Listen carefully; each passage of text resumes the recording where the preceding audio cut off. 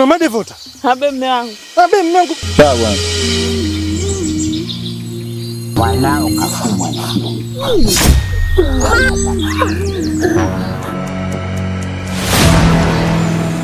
kipindupindu huja kama upepo wa grofi. Nimekuja kutoa elimu kuhusu ugonjwa wa kipindupindu. Mbona sielewi?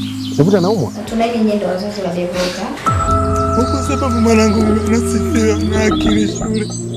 Wanakijia mama kunieleleza. Namalizia kazi. Kipi tufanye ili tuepuke haya maambukizi? Nashauriwa kila nyumba iwe na choo. Nataka kuniharibia sasa.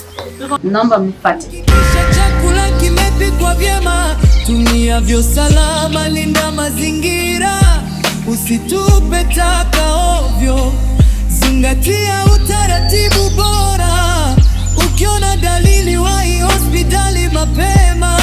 Afya yako ni muhimu kuliko jambo lolote lile.